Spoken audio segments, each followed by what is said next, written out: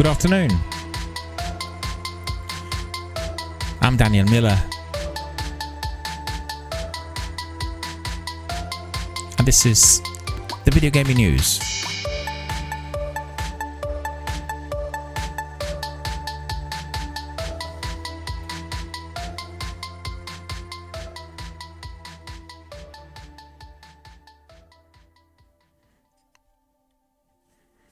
A warm welcome to all of our friends, fans, community members, participants and everyone watching us on different platforms worldwide. Thank you for joining us. Thank you for being our supporters. Thank you for supporting our charitable fundraiser here on the channel, as well as everything we do here.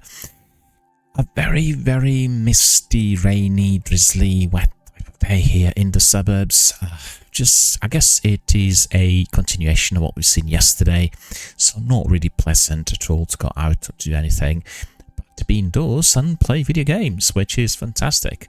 So how are you guys? What are you doing today? Are you playing any interesting games? Well, as you know, everything in the industry today and yesterday, and I guess during the last few days, has been exclusively about Hellblade, and there has been an avalanche of responses everywhere, and I spent quite a bit of time reading all of those reviews and comments and views across the board, coming from various industry hubs and also from Twitter and many other gamers worldwide. So one of those very hotly anticipated titles, a game that's been, I guess, anticipated for quite a few years, and everyone was curious to see how, for instance, the legend, the saga, the story of Senua was going to be continuing. And we've come to the day, 21st of May of 2024, when the game was released. And I told you during the last few days that I have been very perturbed by some of the news emerging from, I guess, I don't know really who's writing such pieces, but there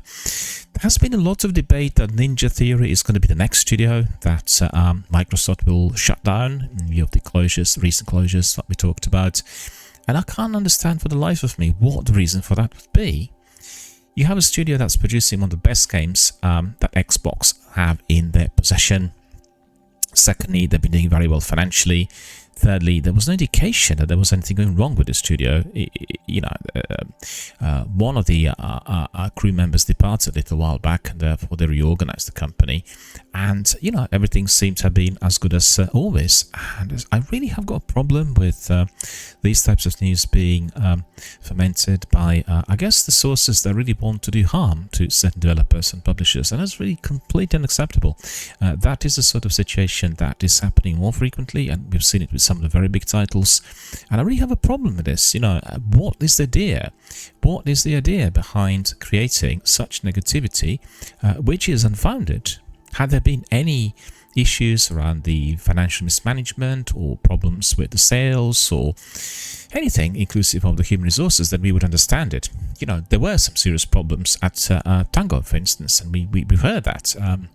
We know that the whole selection of people who were involved with the company right from the start departed, and maybe the new crew that came in was not really as good as expected, or maybe there have been other problems. We cannot really comment on the internal politics of any company unless we have, privy access to the facts. So, really, prior to the release, this was just 3 or 4 days beforehand, we had those stories floating about, and I think it's really shameful. And I want to ask everyone who works in the industry to stop doing this. It is actually doing a huge disservice to everyone. You want to be resorting to the fact, not the rumor. Remember that you're not working in at Wall Street, and you're not trading commodities and shares, because obviously if you were to be doing that, then your business would be trading the rumor, and it's just completely different sort of niche, and we do not want our best developers and publishers to be deeply affected by something which is unrealistic, unfounded, and completely imaginary. Coming back to the game.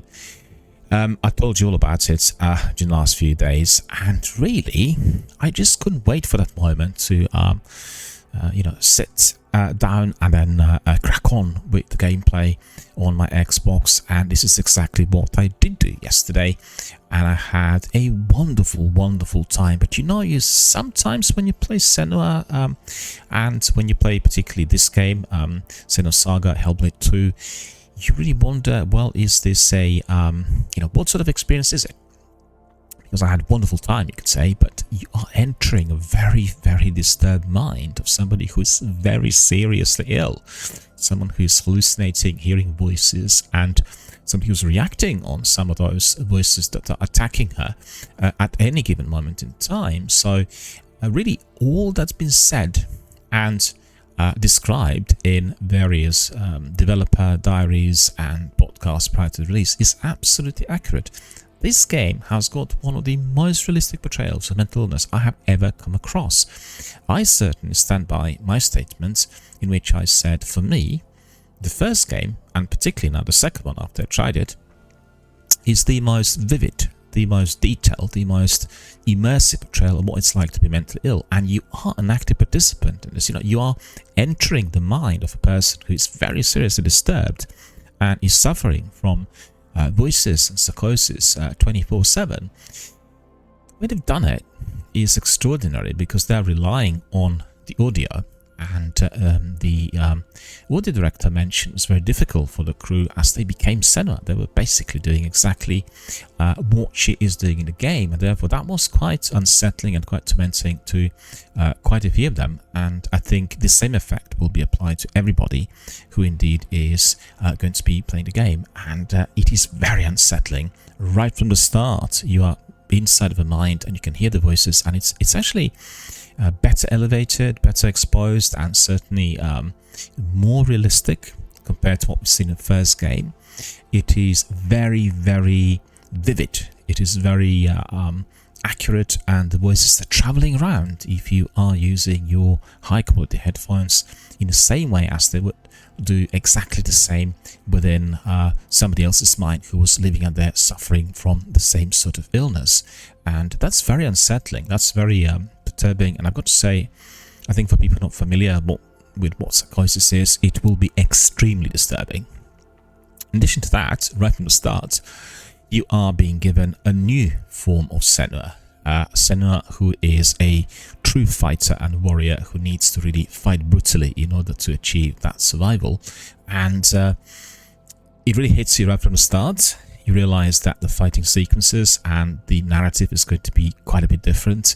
So although they did say that in this game you are going to be more focused on her interaction with other characters, and obviously right from the start in the game you are coming across several characters who you will fight and you will get to know as you go along.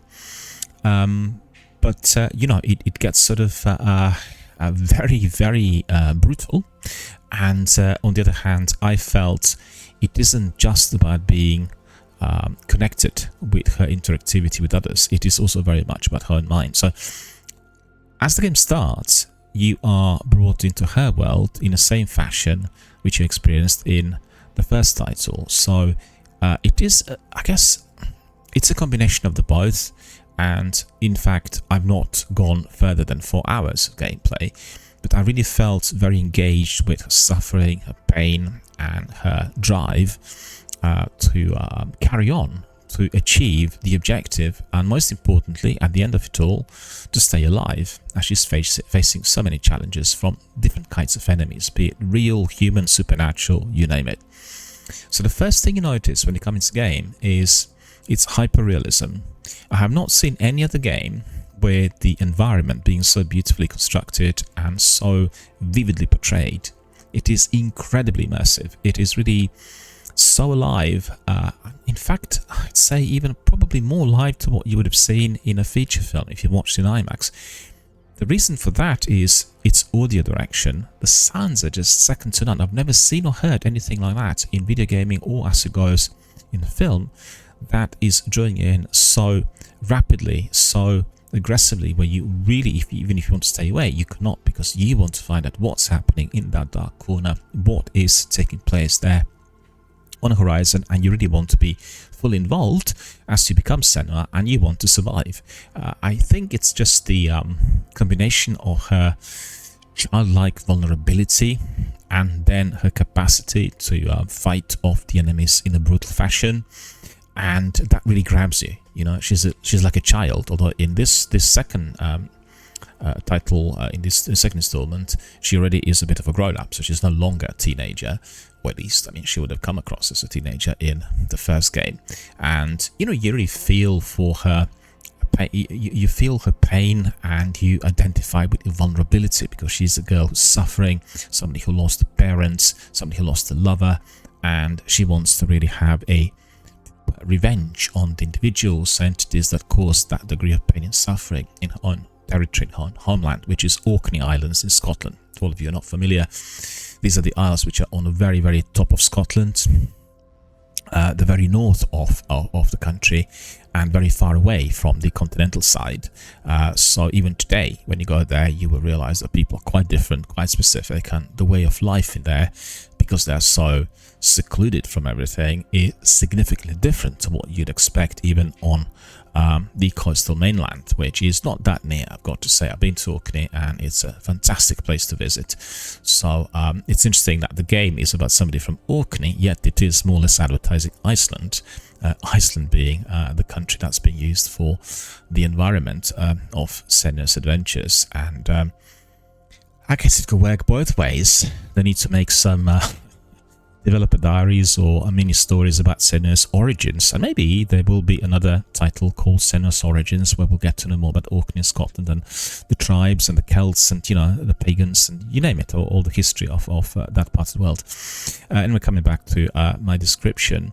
So you are being brought in, and you really identify with her childlike appearance and vulnerability due to things she's gone through, and her ability to fight so successfully against these beasts and enemies. So you really wanted to survive. So I actually wrote today to several people from the industry who were providing mini reviews on Twitter, indicating that from my point of view, there was some saying that this game is like the most brutal and the most realistic. But to be honest with you, another game of the same magnitude, The Last of Us, which of course is one of the best-selling titles on PlayStation and one of the most popular games of all times, does have a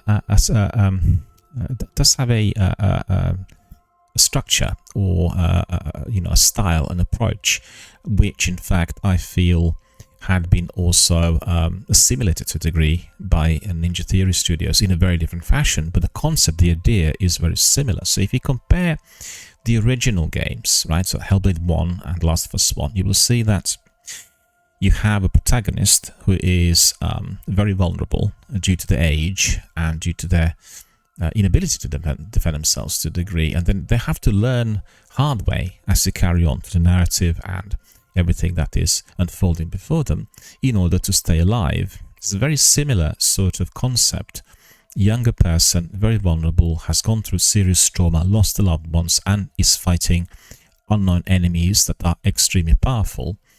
So really, when they released the sequel, The Last of Us 2, they wanted to escalate and exacerbate, I guess, the same sort of experience to a degree, which would be maybe more close to next-gen consoles and graphics as well as the experience. So they had a similar sort of idea, to which she would become a bit stronger, and therefore her fighting sequences and activities against the enemies would become more realistic and more brutal. In fact, for my liking, I think unlike in Hellblade, as The Last of Us is more contemporary, I felt that overdone it. It's become a bit unnecessarily overly violent in some of the encounters, and particularly the way through which the protagonist is eliminating some of the zombies. I guess similar to what we've seen in Call of Duty in some of the games. But in any case, it's ultra realistic, ultra violent, and it is linked, it's tied in with her desire to survive, and most importantly to contrast her innocence and vulnerability to a degree. And you have exactly the same approach in the Hellblade 2, which is brutal, but don't forget, this is not a game that's taking place in a very contemporary environment. We go back to the 10th century, where you know, the life was being led in very different fashion, where the might was deciding who was going to be governing, and the brutality is, I guess, more appropriately embedded within that environment. The environment is very hostile. It's, volcanic rocks with sulfuric steam emerging from the cracks, and you've got the internal world of Senua, which is equally difficult, equally dangerous.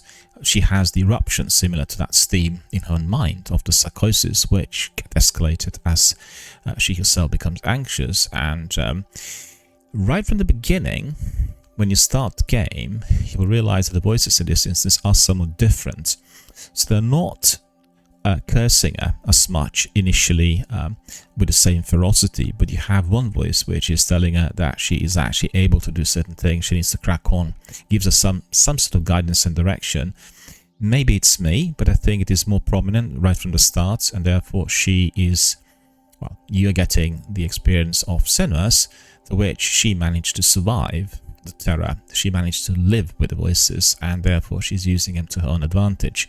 I think this was not the case in the first game. The first game was all about the battles, the survival, and the quest to become stronger on the inside in order to be able to survive everyday reality.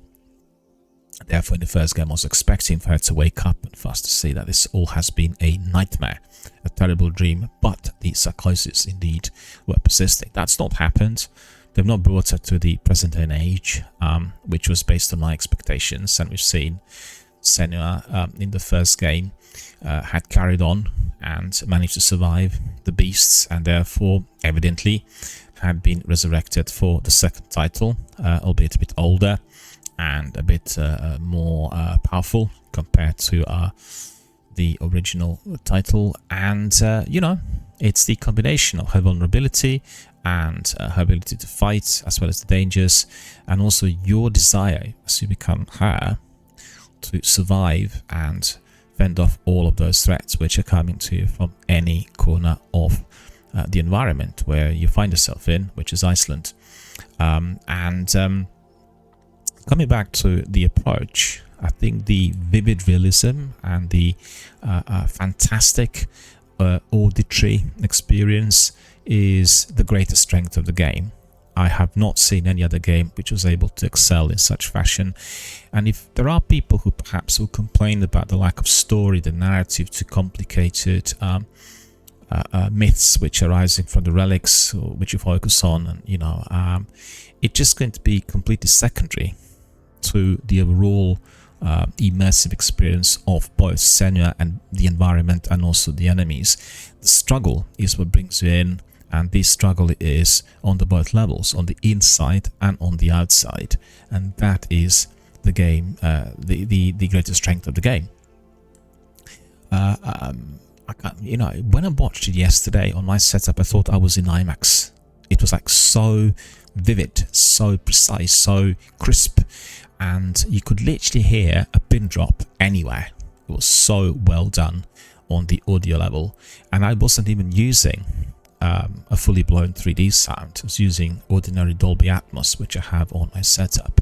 And right, so coming back to the battles, you will notice initially that the movements that she has are significantly different to what you had in the first game, and it will take a bit of time to get adjusted to what you need to be doing in order to survive, in order to fend off the enemies successfully.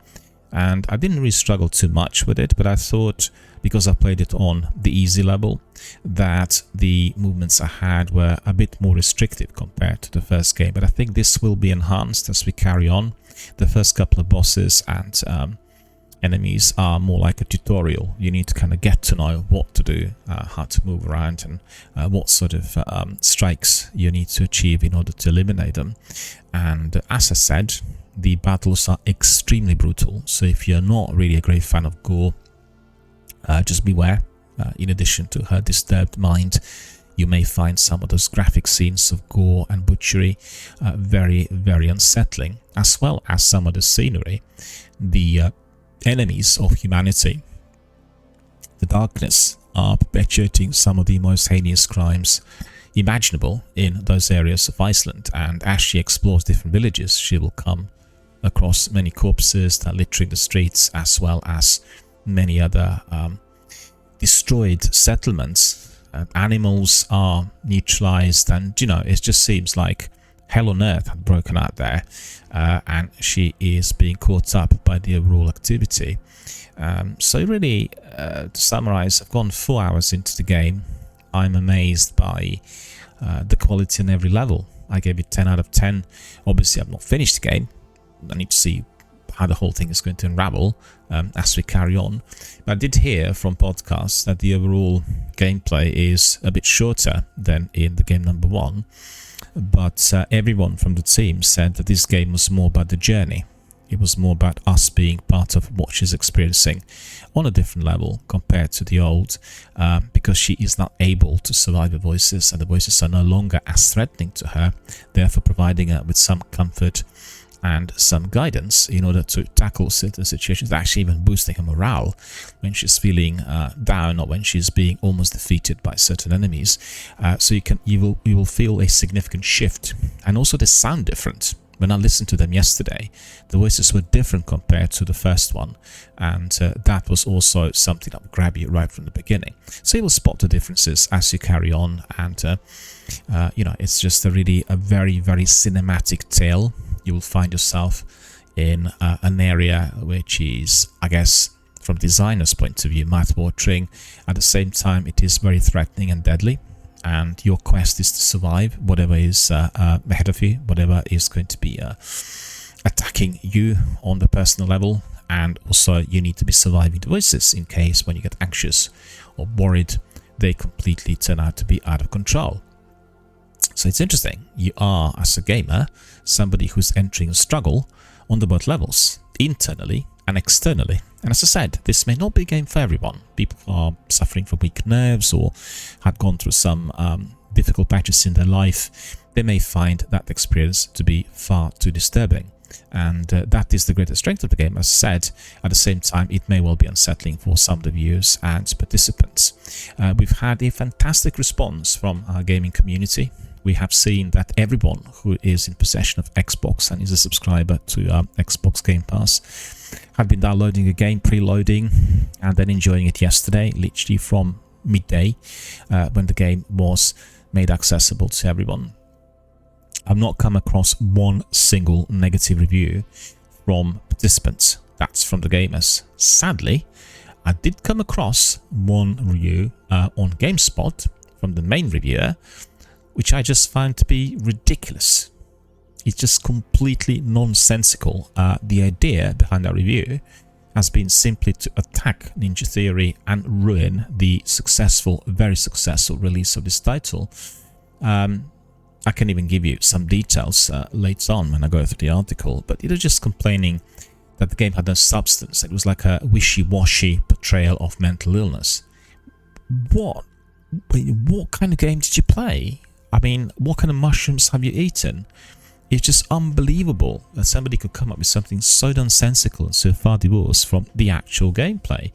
There has never been a better and more realistic, more close to bone portrayal of what it's like to be suffering from psychosis. And this game captures that so well and has that as one of the greatest strengths. And also we've seen with the previous title, it had been receiving so many different awards at many competitions and conventions because of that.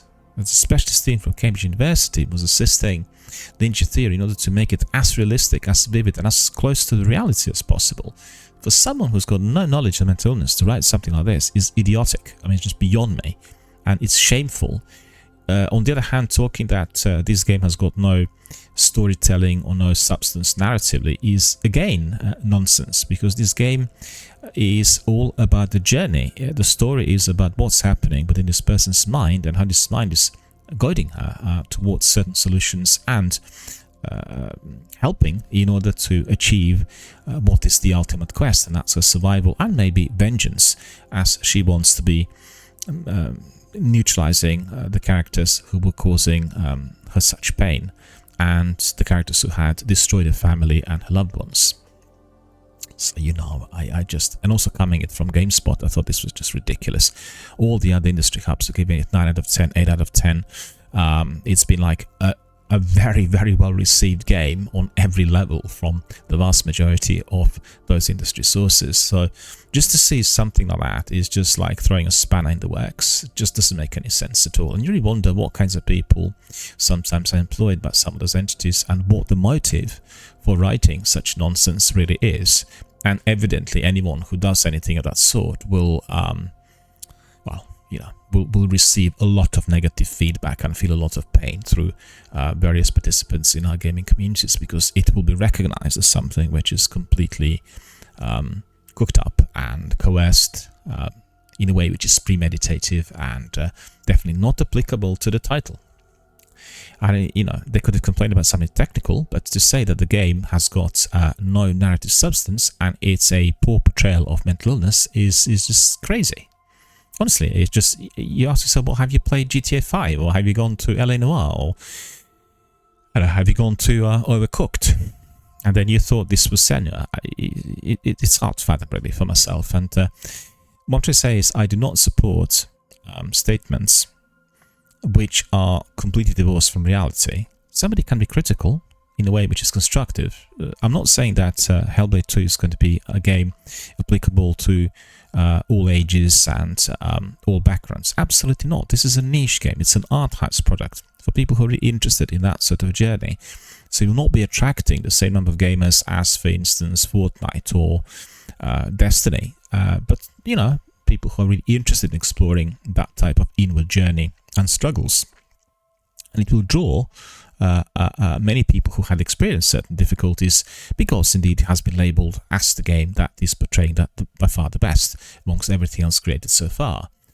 So I really want people to be resorting to fact and to their own conclusions, which are based on their personal experience. And sometimes you wonder whether some of the reviewers actually are playing the game, or they've just read something elsewhere, or in fact, some have come across with people who were saying things which were completely relevant to the particular release. Remember those coming away for The Last of Us 2, and also particularly for Anthem, which sadly was also a very unsuccessful release. So we've seen that people at the team at Ninja Theory were very, very anxious about how the game was going to be received, and I think we are considering the first 24 hours. We certainly can be very happy. I think everyone is feeling that the product is exactly as expected. It is giving us a Senua that we want to have. It is raising a selection of new challenges for us to go through, bringing up different adventures, giving us a new plot and a new type of battle that Senua is facing, and therefore we feel both challenged internally and externally. We adore, admire and enjoy the overall environment and the deadliness of it, and we just want to get through it and get to the last boss and complete the game, and then go back to it again and escalate the difficulty level and do it all over again. So that's the feeling. 10 out of 10 for me. Absolutely one of the best games I ever played, and absolutely huge congratulations to the studio, the team, and everyone who was involved in the creation of the title. I had communicated with a few people who work at the studio. They were all very anxious about release, and we can just say that now is the time to propose a toast. Everything is exactly as it should be. The only thing that we'll see eventually is whether the game's also equally selling, in addition to the access on Game Pass. But don't forget, if you are on the Game Pass, if you are a member of the Xbox studio, there is a different sort of approach. There's a different evaluation applied, and there are many different things which the corporation will be looking at purely in terms of how the game's doing on their streaming platform. And I think lots of reviewers and people in the industry do not understand that. They keep thinking that it's all about the game selling. Well, it does depend on what type of game we are talking to. It depends on under what conditions they were brought in. There are many, many different factors. And also, the most important thing is whether they're offered exclusively or as a cross-platform title. So, all of that has to be taken into consideration. For myself, if I was to be providing you with some clear-cut opinions on certain decisions which are taken by these companies, then I actually go to these companies and discuss in depth ins and outs of the situation and the reasons for certain decisions and approaches, like for instance the closures of studios. It can't be just one-sided. You can't be speculating.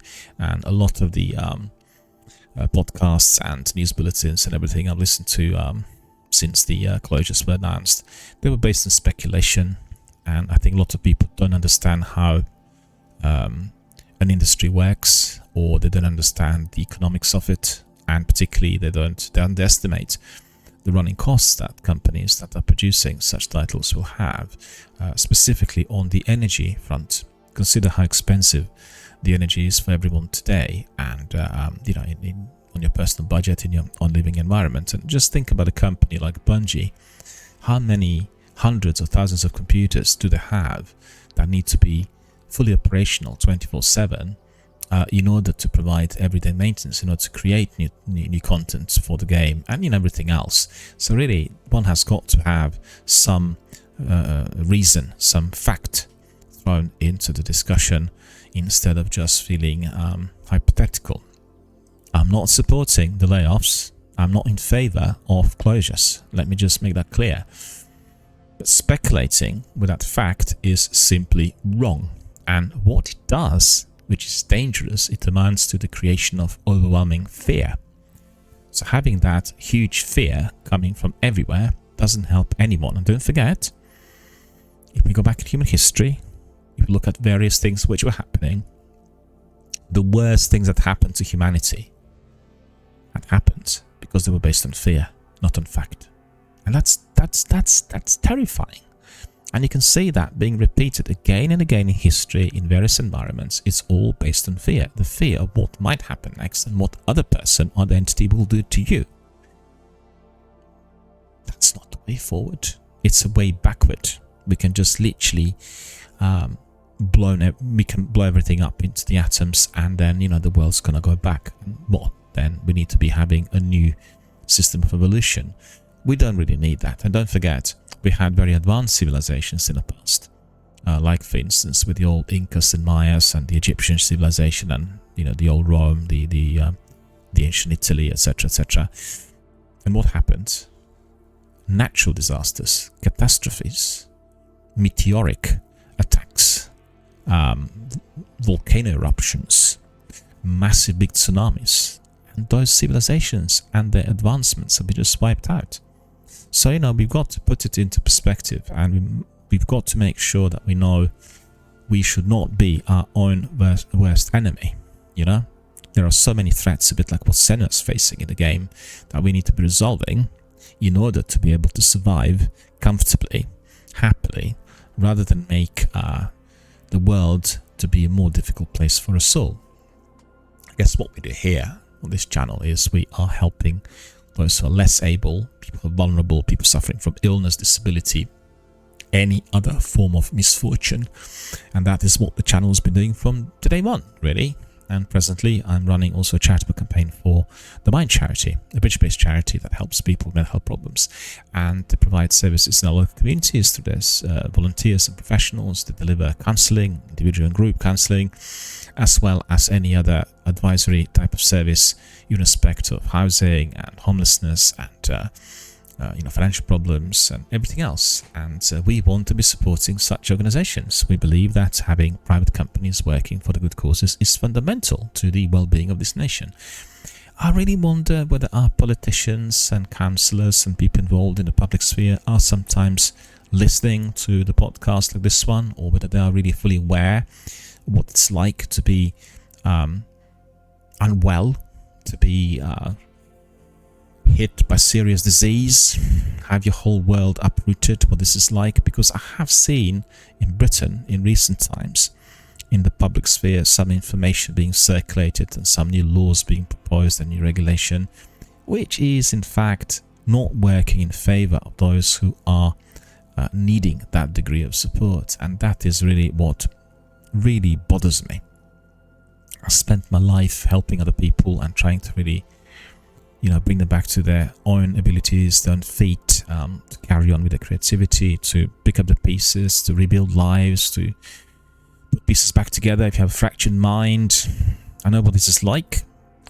And to hear that somebody wants to be using somebody's illness as a bargaining chip for the power struggles, party politics, or to get ahead in the public sphere is nothing short of shameful. And as I said, it is detrimental to us as a country, detrimental to us as people, because we want to have the focus on something that will be providing us with advancement. We want to go ahead. We want to produce inventions and products and creative entities that are giving us a satisfaction and a sense of happiness and achievement, not everything the other way. Anyway, I digressed a bit, but the reason I'm telling you about charities and the organizations that private companies working for the good causes is, as really that brings us together with the game. Hellblade 2 is a game that is giving us a portrayal of what it's like to be suffering from mental illness, not in a contemporary environment, in the 10th century Iceland and Orkney, but at the same time, you realize what sort of vulnerability that individual would have in those days. So nobody could understand you. Nobody knew what mental illness was in those days. And as we've known from history for about 500 or 600 years, lots of people who suffered from mental illness would have been labeled witches, and they really met very untimely ends. And this was happening across the board in various countries, literally worldwide. So the lack of understanding was based on the fear. People didn't know what illness was. They didn't know what would have caused it, or indeed what the trigger factors would have been. What they did know was they were afraid of catching it. So, a bit like cold. They thought, well, if you're not careful, you catch it off this person, therefore you become exactly the same. And it did take quite a few centuries for the scientists to realize that this is not something that is contagious in the same way as the way you transmit bacteria. Albeit some very serious infections could cause tissue damage and, serious neurological disorders, as we know, meningitis and encephalitis, but it's a completely different niche, and the science and medicine had advanced to a degree to which we can really see as to why certain things are happening. We still do not know exactly why that is, so it's a very big distinction between being able to see it and knowing as to why. That's also something that we will leave for another day. It is open for a discussion, belongs to medical science, and we are all very proud and pleased to see that medicine is advancing rapidly, and that's exactly what I want to be supporting here on the channel and elsewhere. Right, let me think, what else do I want to tell you about Senua? Anyone who loves cinematic experiences in games, well, this is going to be your best possible pick. The cinematic vision of Iceland, the panoramic views, the areas to which you're walking, the overall atmospheric elements elevated through the audio direction are second to none. You're not going to have that sort of experience presently with any other game, and therefore, like I said to some of the developers today, Ninja Theory, which is a relatively smaller studio, and also an independent studio now belonging to a very, very big corporation, is elevating the standards for every other developer. Raise the bar. So if you are to be doing something similar, you will have to be living up to these standards. You will have to try to do something similar. I've got to say, when the first game came out, I was astonished by the vivid visuals and the ultra-realism, which I thought in there was, again, kind of genre-breaking, or genre-defining, I should say. And in this one, it's just really even more heightened. You really feel that this is an interactive film, not a game, through which you are... in which you are an active participant, where you really become this character, and it's so engaging. But it's engaging in a very strange, unusual fashion. You don't want to be yourself, to be suffering from mental illness, but you empathize, therefore you enter her mind, and you're using her tools in order to carry on. But I think when you listen to it, when you listen to the voices, there will be a point throughout the game, particularly if you play the game like for 6 or 7 hours in a trot, at which you will forget that this is not you. I think that's a bit risky. You've got to keep the distance from the overall experience for obvious reasons, and it is just so seductive, and I think the elements of it are exactly like that. And I spent quite some time in scientific forums to which we discussed as to why certain types of behaviors appear in someone's mind to be compulsive or addictive, why somebody really wants to be having certain types of experiences or indeed is drawn to certain situations. So, the game is capturing all of that so well. And I think that everyone at Cambridge University from that Department of Neuroscience, Professor Fletcher and his team, they will be absolutely delighted to see how this was visualized, because we've not seen this before. It's not been, I've watched God knows how many films and television series over the years, and I've never seen anything which is so realistic and so kind of true to fact. You've seen caricatures of people suffering from psychosis. You've seen grotesque manipulation with illness in order to suffice, I guess, some other aim by some filmmakers. And just generally, I find the world of psychiatry, psychology, mental illness to be inappropriately portrayed, and sometimes really to a degree which I consider to be unhealthily dangerous. It's not something that I would be endorsing, and I just think that there are some areas of life. Fair enough. Films obviously are based on fantasy, the vast majority of feature films, but we have got to be considering what impact the portrayal of somebody who's suffering from that degree of mental illness will have on the overall population. Because don't forget, until very recently, it's maybe 20, 30 years ago, the vast majority of people suffering from such illnesses had also restricted liberties. They had to be confined to hospitals and institutions. Therefore, the general public was not able to see them. People know what this is like. Today, times have changed, and people are, first of all, at liberty to do various things. They're no longer confined to closed wards, and also the medicine had advanced.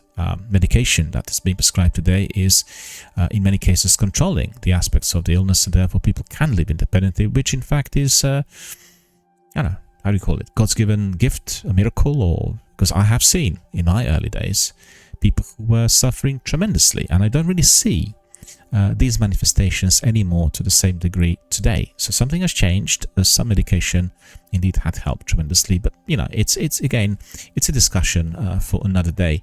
What I'm trying to say here is that I'm very much in favor of what Ninja Theory did produce here, as it is both seductive and shocking at the same time, and you will walk away from the game, even if you're playing it just for a few hours, thinking and feeling sizably, right? So you will definitely have lots of thoughts about what you encountered, most importantly about the internal world, which you are an active participant in, and then you will have feelings about what's happening.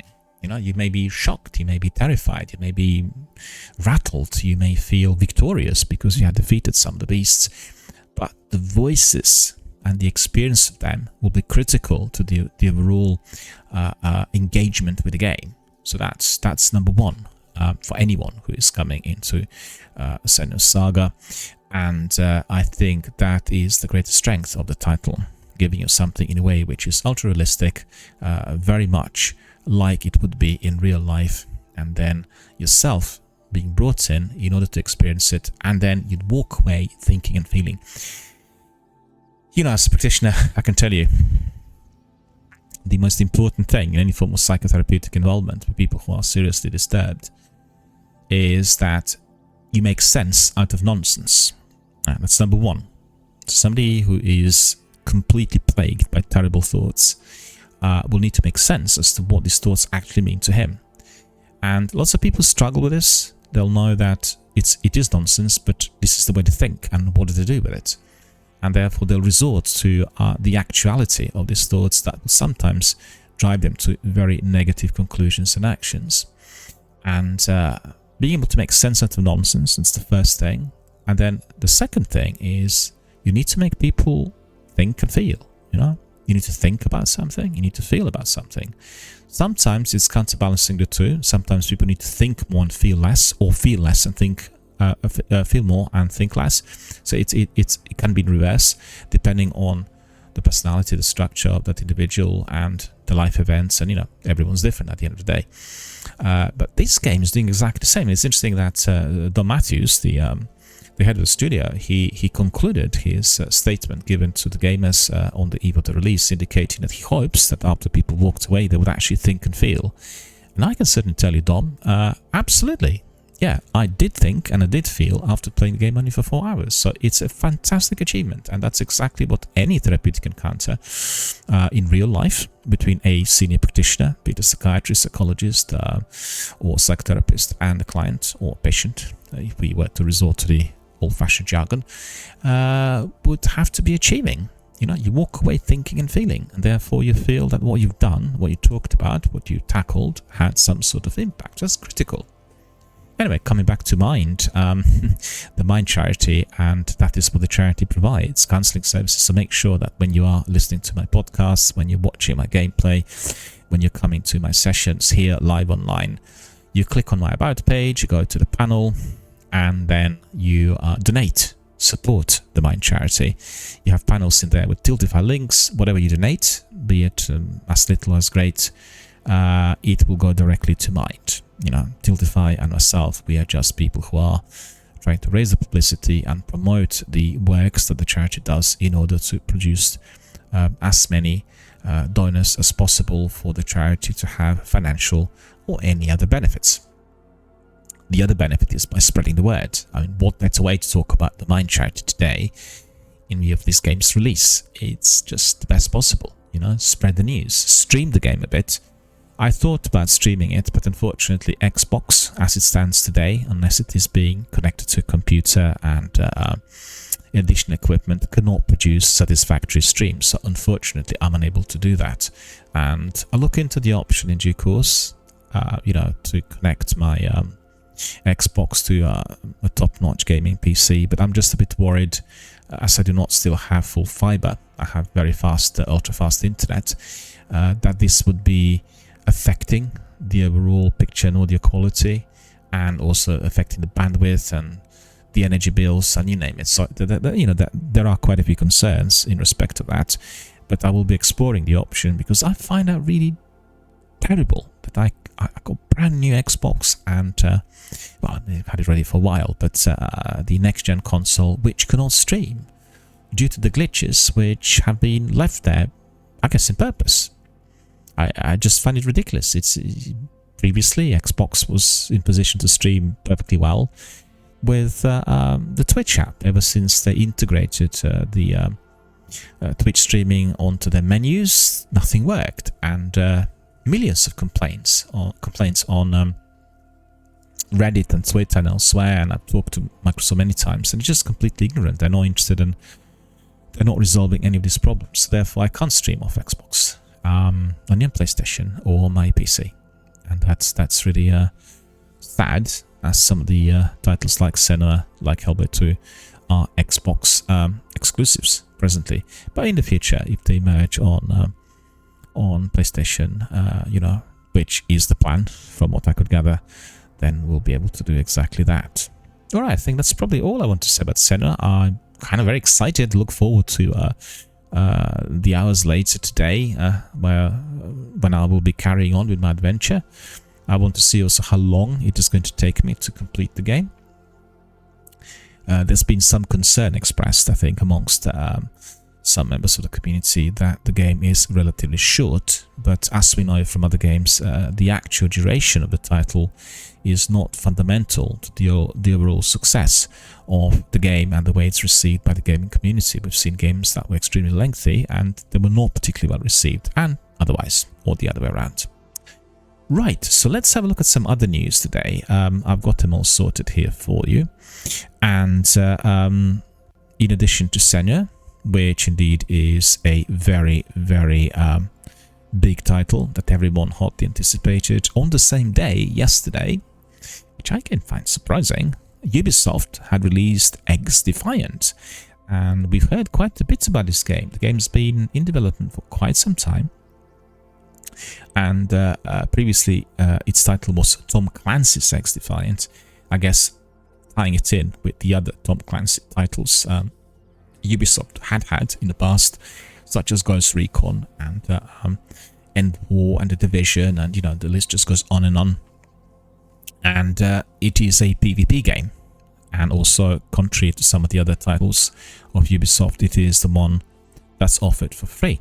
So it's free to play first-person shooter video game PvP developed by the studio in San Francisco, and it's all come out yesterday.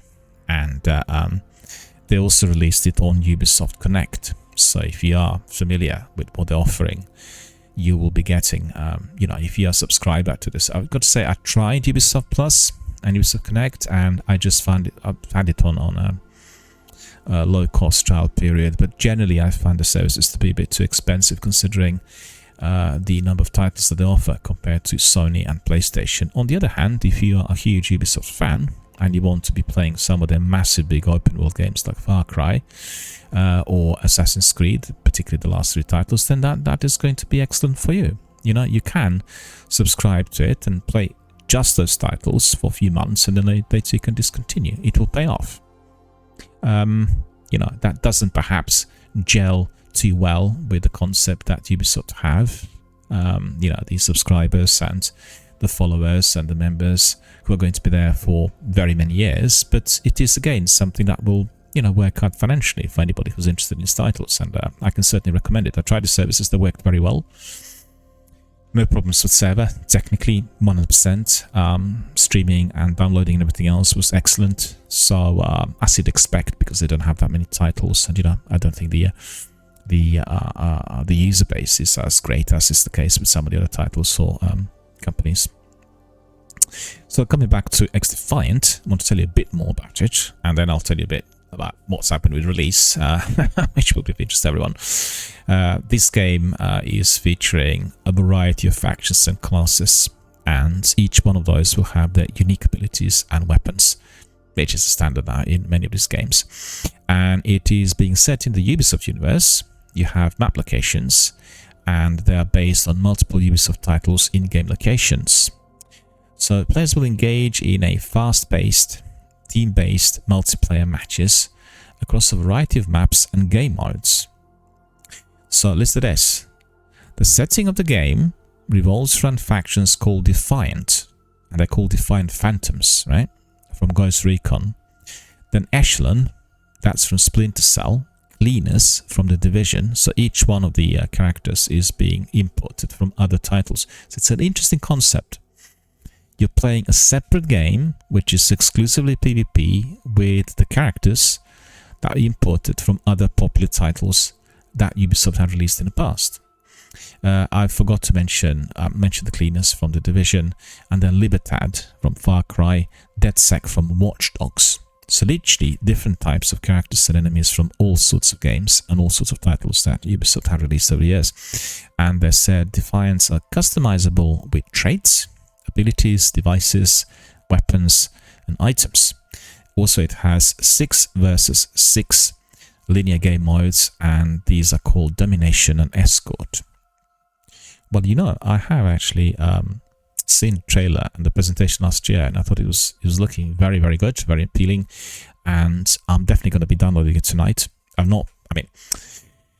Lara Croft, Tomb Raider Ultimate Edition I'm playing at the moment. Then I have Immortals of Aveum already downloaded. Then I have Senua, and the list goes on, so I don't want to really beef up too much and get too many titles, and therefore just hop from one to another. The big narrative-driven titles have got to be finished first before I go in. On the other hand, the beauty of the games like Apex, Warzone, PUBG, XDefiant is that they do not have that degree of consistency with the story. You can just pop in, try a few matches, and then do it some other time. You can actually pop in to see how everything works, and that's exactly what I will do. Quite curious to see how XDefiant will fair square, I should say, with games like Warzone or PUBG or Apex. We got PvP matches, or maybe even with Destiny with the Crucible. I'm not sure how big the maps are. I think if we are considering the maps from Far Cry or from The Division, they could be fairly big. But at the end of the day, I need to double check and see what sort of size they offer. Just got a bit of a pain in my back. I need to reposition myself. This setup in here is actually very good, but when I talk, that mic needs to be so close to my mouth, and then it does make me a bit immobile, a bit static. and I think that is always of concern as far as my shoulders and my back really are. Anyway, coming back to XDefiant and development. So first of all, we heard about the game in July 21st, July 2021. Just thinking about my own birthday, which is July 21st. Anyway, coming from Ubisoft, of course, they had a closed insider test of pre-alpha version of this game in North America in 2021. So that was late in the year. And they had a second test, again for the insiders, in February 2023, which was last year. And then the beta test began on 13th of April and ended on 23rd of April. In fact, I did want to play it, but I had been a bit tied up with the preparations for my new season of streams here, and therefore there was no time.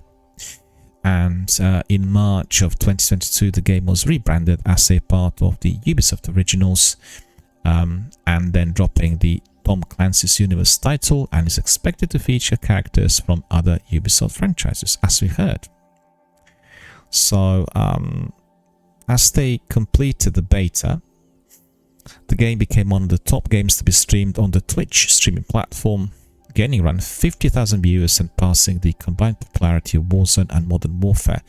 It's not surprising, as you're importing the characters from other titles, and many of the FPS gamers and streamers were doing these games for quite a few years. So, you know, it's an exciting venture to be seeing these characters in a separate game. I don't know if you imported Commander Shepard and the crew from Mass Effect into Anthem, or if you brought in Ryder from Andromeda into some other sci-fi game. You know, it's just Starfield, for instance. In Starfield, you meet the characters coming from two separate developers. It's very exciting for everyone who was part of those communities. Everyone would step in. Maybe this is an experiment to which we'll see that sort of industry development.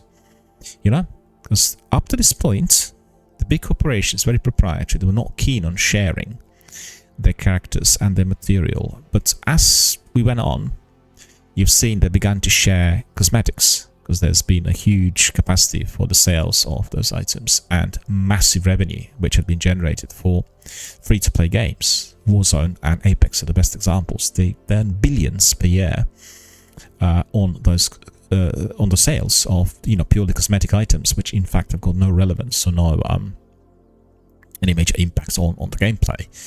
And that was the first step. I remember one of the first things I've seen is when, again, this was not like a cross-developer, it was just within one developer, wasn't it? Where you picked up stuff from, what was it? Dragon Age was imported into Mass Effect and vice versa, something like that. And then there was also, was there not some items from Dragon Age imported into Gears of War? I remember, I can't remember exactly the details, but basically this was one of the first steps. Goes back a few years, and I thought, that's really quite curious and interesting. But you did see recently a huge number of characters emerging in Fortnite and staging their own sections for which they were active and interacting with the gamers. So I think overall, the way things are progressing, and we've heard that from Phil Spencer and from people representing Sony and other game development studios, everything's going down the route of cross-platform, cross-access, sharing, non-exclusives anymore, and eventually there is going to be a new model set up. The way that's going to look like, it's hard to predict, but that's definitely the new direction. I'm convinced that we'll have more of that sort of integrative approach, and I mean, why not create a game like this? In this instance, you got all the other characters from Ubisoft titles, and you're creating a new game with all of them coming in together. It's a great idea. You know, I really look forward to it. After reading the article now and present the game to you today, I'm even more excited than before. And I did watch presentations. I did see the showcasing for this game, and all of that looked very, very good. I'm not keen on death matches generally, so if it is more tactical, then definitely my sort of thing. And during the Ubisoft Forward presentation on 12th of June of 2023, as last year, and they were telling everyone that an open session, which was going to be made available on 20th of June for closed beta test participants, will be ending on the 23rd of June. So they were running this, and then they had a public test session as well announced for PC. And then they had it also for a couple of days. So in fact, if you look at it, during the last couple of years, they had lots of mini sessions lasting 2 or 3 days, to which the game was tested for the server accessibility and all the other factors, like whether the server is going to be strong enough to take in that many players, and then looking at the in-game mechanics, and as it should be. And the game's been delayed quite a few times. It talked about for a long period of time, and everyone was very excited. And as you could see, a huge hype, massive big hype amongst the FPS PvP community. People who really wants to play that. Shroud yesterday was playing it, and on release straight away, I've seen there was a clip on the NewsD website, or was it Instagram? Twitter yesterday, and I could see her, Shroud, and there was the third person who I did not recognize instantly. They had like a online gaming session. They all played against each other, and it was just like really, it was very interesting to see, because the news, Dana, she is one of the top PUBG players. Assis Shroud was one of the legends of the FPS gaming, and it was just great to see, and they're very, very nice people, very laid back, very low key, non-celebrity like, and very friendly, very helpful, and people who are always supporting charitable causes as well. So these are the people who need to be role models, These are the people who are not going to be just walking the red carpet, to show off the Dior and Armani's of this world. They're doing something which is beneficial for their own membership, their own gaming communities, and beneficial for the overall community. Beneficial for the communities overall. All right, managed to get my words right. Sometimes when you talk fast, I get a bit muddled. Apologize. Right. They're very beneficial. The activities and the way they come across, that's Dana and Shroud, they really can be seen as role models. And what they do is incredibly beneficial for their own gaming communities, as well as our own communities overall.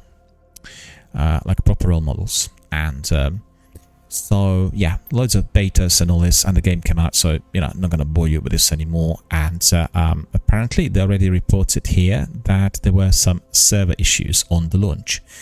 Well, similar to what you had with some other games, PvP games, they have certain estimates, and these estimates are telling you what it's likely to be happening with the release, i.e. how many players and gamers will come in on the launch day. And that's very hard to predict, Sometimes certain games like Apex will have no adverts, they'll literally come out of woodwork, and the games that are completely unknown to everyone suddenly have millions of people playing them worldwide on the same day. The servers are melting then, it's a really serious problem for the publisher.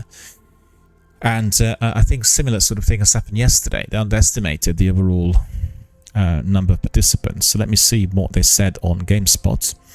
And they said that the biggest problem there was what we have in Destiny 1, for instance. You will be just sitting in the lobby and you're not going anywhere. And that is of grave concern to everyone. The players are not able to join matches on the launch day. And they're reporting that, first of all, the game was designed in part by former long-time Call of Duty boss Mark Rubin. And then it did have some serious problems with the server access. So what's been reported is that the gamers are not able to join matches in the free-to-play game. And they said, well, the response was immediate, so please bear with us while looking for the service and matchmaking. And then Rubin, who is the creator of the game, was doing some funny gifs, and I guess he wanted to have a very light-hearted approach to a problem which in fact is fairly serious.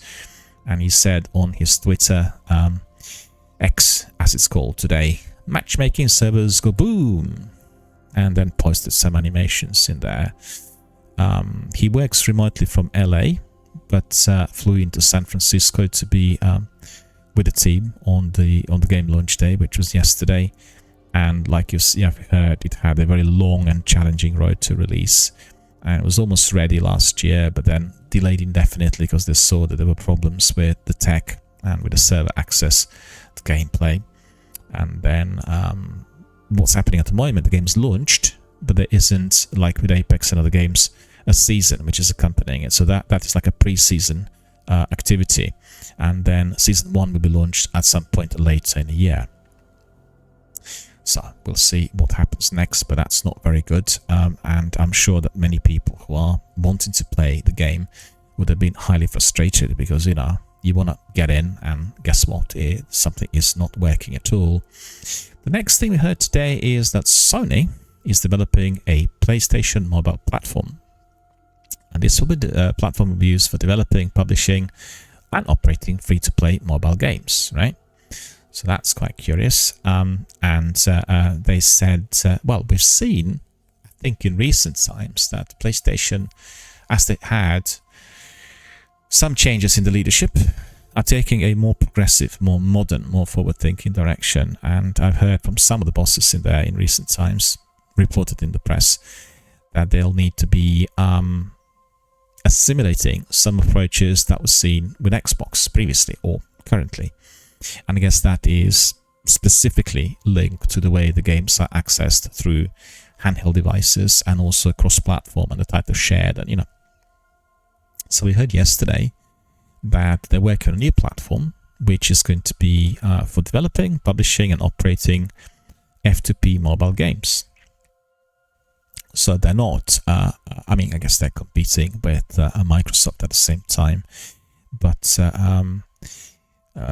we've seen and heard earlier this month that Sarah Bond, who is the Xbox president, confirmed that Microsoft will have a separate mobile game store, and this will be launched in July. So I guess in June, during their showcase presentation, they will be introducing some of this. And if you look at the numbers, how many handheld devices are there around the world? Probably about 10 billion. You know, sometimes we have like 2 or 3 handset smartphones, and the capacity for access and the number of people who are accessing very poor quality, very mundane, pedestrian types of, you know, the mobile games which they access is phenomenally large in numbers. So therefore, the companies like Sony and Microsoft evidently want to capitalize on this and make sure that the products offered are more satisfactory.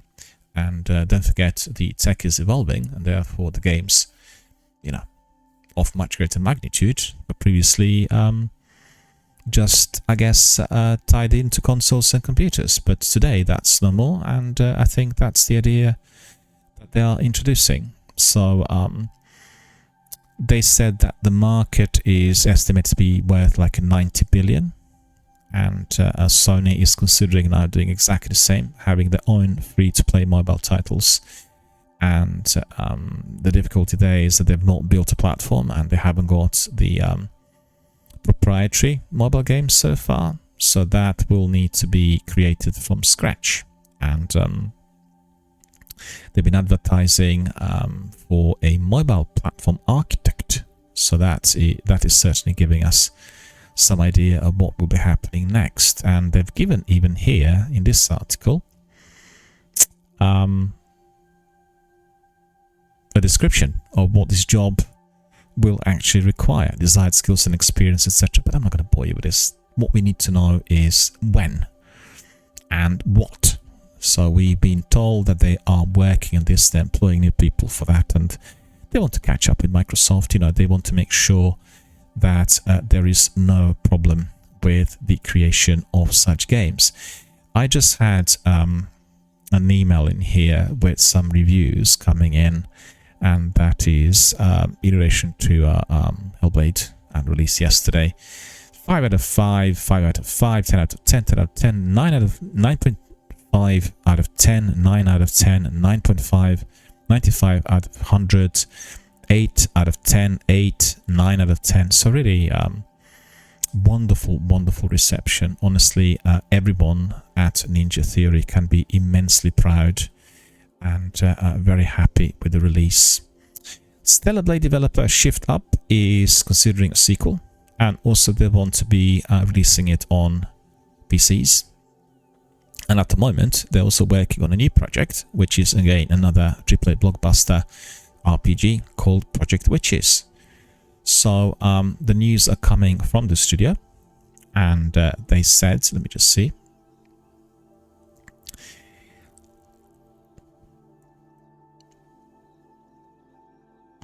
Yeah, basically the new urban sci-fi action game RPG. Bear with me a second, 1 second.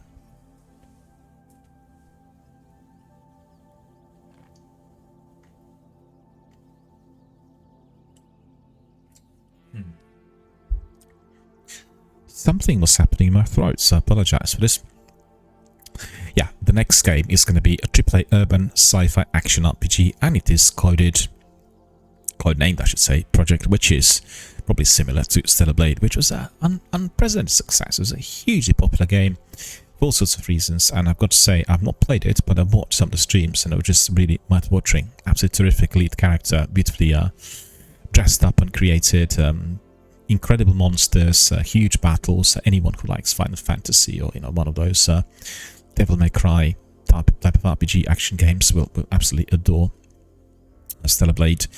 And they're keeping everything under the wraps, so they're not telling us anything about Project Witches, but what we are hearing from them is all about that PC release for Stellar Blade. So let's wait and see when and where this is going to be given to us.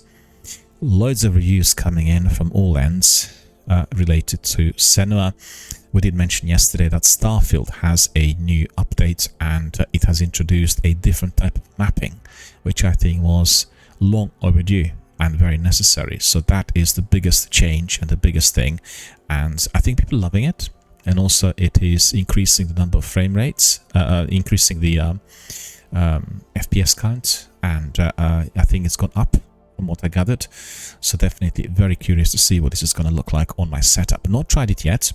I wanted to try, I mean, so many games at the moment on my console, and I didn't want to delete some of them, particularly those ones still waiting in a queue, in order to yet again download Starfield. So I tried to check it on the cloud, and it just was taking too long to sync for whatever reason. It's like a really long while to get it fully synced. So decided to do that on some other day. And also I spent about 140 hours in Starfield, came towards the end of the main campaign, and I really want to be still polishing off the side missions, and want to experience the game again, I guess from a different viewpoint. I want to see the full difference compared to the way it was initially when released, because I played it not on day one, but within the first couple of months, and that was indeed very enjoyable. But there were some hiccups technically, particularly I said several times, trying to explore planets where your gear doesn't work properly, the frequency doesn't work, you cannot hear the detector, and you cannot see where. Ideally, if you're looking for an item, the detector needs to tell you. It starts buzzing, it gets louder, it's come closer to the area where the item is, and that just didn't work. And there are lots of planets where very little to do, and that was really not something I appreciated. Different to what you had in Skyrim and Oblivion. Also, big Bethesda AAA titles. Let me see. Loads of news coming in on Assassin's Creed Shadows. I talked about that yesterday, and I'm excited to see that the gaming community is embracing the title, and lots of positive feedback on Twitter and other social networking platforms, and we've seen that the game's selling in a big way. Loads of people are buying it, and they're preloading, and pre-release sales are skyrocketing. On the other hand, I have seen somebody also running a campaign against the studio, and similar to what I said about Hellblade and GameSpot, they for whatever reason want to be just giving it very negative reviews in view of the trailer, which I thought was incredible. I enjoyed every bit of it. It's just, what was not to like in that trailer? Tell me. But some people think otherwise, and as I said, I felt that the campaign that wanted to provide dislikes was orchestrated, so it was not coming from the individuals who are in our gaming communities. Told you all about This Week in Destiny. Did mention that Crystal Dynamics are working on the new appearance for Lara Croft in the new game, so they're redesigning the character, and you can also re-stream if you want. Co-stream, not re-stream, co-stream Summer Game Festival if you're a streamer. So if you're one of our colleagues who's watching this, subscribe and sign up with Jeff Keighley's project, and then he's going to give you codes, and you'll be able to co-stream when the Summer Game Festival is up and running. Very important, because you will get some extra viewers and followers for that. Definitely highly recommend it. And I want to do the same, so I need to look into that as well. And let me see what other things do we have in order to polish up the news. We've heard that due to this update, the number of participants in Skyrim Arena, Starfield Arena, had been going up by 72%. So it means that lots of people have come back after finishing Starfield a few months back, and they want to be experiencing this, the new inclusions. And I had actually a glitch as well, for which my character in some places would start floating, and she was like doing also she was swimming, you know, like a breaststroke, that type of thing. It's just really weird, but that's almost certainly resolved now with the new updates and everything else. Let me just see what else we have. I told you all about PlayStation and the games that left it. We had 34 games departing from PlayStation Plus yesterday, which is really absolutely gut-wrenching. I have no idea as to why they wanted to take down so many games. It's the first time ever that we had so many titles disappearing. And the worst of all is that Darksiders and, most importantly, Final Fantasy had all gone now from PlayStation Plus services. You can't stream them anymore on a subscription fee. So, you know, not my jazz. And we are getting some more information on Stellar Blade, saying that still topping the charts in Japan for the third week in a row. So, you know, the most popular game in Japan, and does have very much of Japanese gaming auspices, I've got to say, from what I've seen on the streams. And Lost Records, that is Bloom and Rage, coming from Don't Nod Studios, I guess the indie game that I'm most excited about.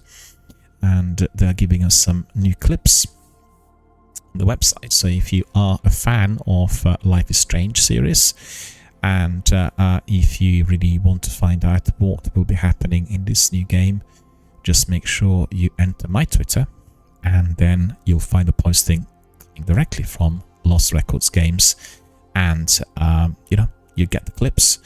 And the game is interesting, it's curious, it has a story that resembles Blair Witch Project. I watched a film from the 90s where somebody is filming whatever is happening in the environment, and it comes across as ultra realistic and very real.